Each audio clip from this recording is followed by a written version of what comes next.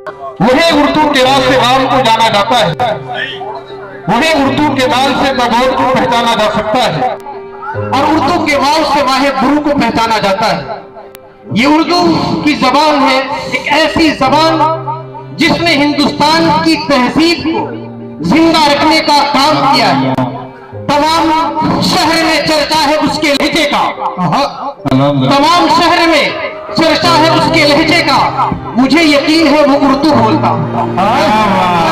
और किसी ने कहा कि अरब से जो आई ज़बां में नहीं हूं, अरब से जो आई ज़बां में नहीं हूं, फकत एक ज़बाने मुसलमान नहीं हूं।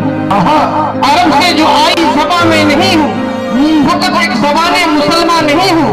कोई जाके मेरे अदू से ये कह दे ये मेरा मता है, मैं मेहमान नहीं। सुभान अल्लाह। और किसी ने कहा कि मुसलमान सिख न हिंदू बोलता है, मुसलमान सिख न हिंदू बोलता है, सरों पे चढ़ के जादू बोलता है। मुसलमान सिख न हिंदू बोलता है, सरों पे चढ़ के जादू बोलता है।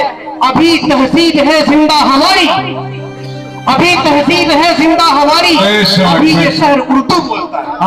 अभी तहजीब है जिंदा हमारी, अभी ये शहर उर्दू बोलता है। तो ये उर्दू जबान जिसने हिंदुस्तान की तहजीब, हिंदुस्तान की सकाफत, हिंदुस्तान के कल्चर को जिंदा रखने का काम अंजाम दिया है। और आज उर्दू शायरी जहां तक पहुंच गई है हमारे वहमो गुमान में भी नहीं है। उर्दू जबान को मिटाने की कोशिशें की जा रही है, लेकिन अल्लाह रब्बुल इज्जत ने इस जबान के अंदर ऐसी जिंदगी दी है कि ये जबान किसी के दबाने से, किसी के मिटाने से मिट नहीं रही है, बल्कि ये जबान और भी ज्यादा जिंदा और ताबिंदा हो रही है। हमारे बीच में बड़े ही मुहतरम शायर, एक बड़ा नाम है हिंदुस्तान, पूरा हिंदुस्तान उनके नाम सुन करके मचल जाता है।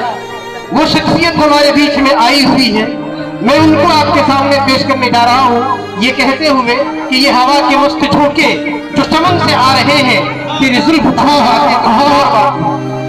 ये हवा के मस्त झोंके जो चमन से आ रहे हैं, तेरी जुल्फ छू के आते तो कुछ और बात होती। ये फसाने ए मोहब्बत ज़बाने की गरा क्या, ये फसाने ए मोहब्बत ज़बाने की गरा क्या, इसे तुम अगर सुनाते तो कुछ और बात होती। मैं बड़े ही